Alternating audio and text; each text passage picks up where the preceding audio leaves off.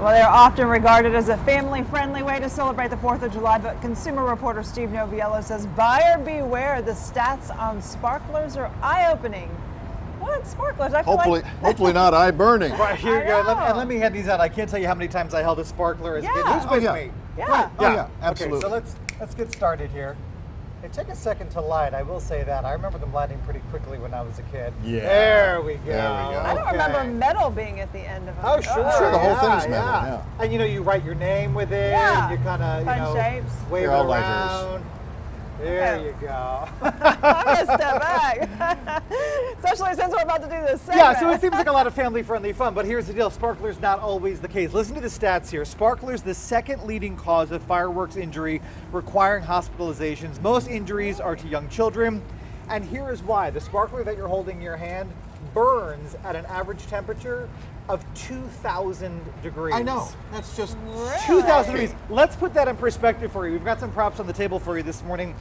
2,000 degrees for the sparkler. Right. Wood burns at 575 degrees. You could melt glass at 900 degrees. So the sparkler is burning at more than twice the temperature it would take to melt glass. In fact, it's even hot enough to melt gold. All of this, of course, to say that you could also get a 3rd degree burn from sparklers. So you would never hand your kid a soldering iron. No. So why would you hand them would you do this? A sparkler? Gosh, we're worried about scissors in our house. I mean, forget this. And yet we do this kind of stuff. Yeah. So not to rain on anybody's 4th of July parade, but a couple of quick tips here to make sure that people are staying, extra safe. One, obviously keep the kids supervised. Yep. You may think twice, because what happens when, I know for my son, and granted he's very young and I would never hand him a sparkler, but you see something bright and what do they want to do? They want to grab at it, right? Which really could be, quite damaging. Also, folks, they think, okay, well now it's out, so it's not dangerous. The metal actually stays really hot for quite a while after the sparkler has burned. Listen to some more stats here. Injuries, according to the CPSC, 2017, 8 fireworks deaths, 13,000 injuries, and again, sparklers, the leading cause of some of those injuries. If someone, in fact, does get burned, by the way, the biggest mistake you can do is to put ointment over it. Oh. I would think just the opposite. Apparently, the ointment actually seals in the heat to the injury, which makes it even worse. Take a look at the video we've got for you. We roll it out every single year. Look, it's courtesy of the CPSC. I know what you're thinking. You're rolling your eyes. You say, we'd never play with something that dangerous on the 4th.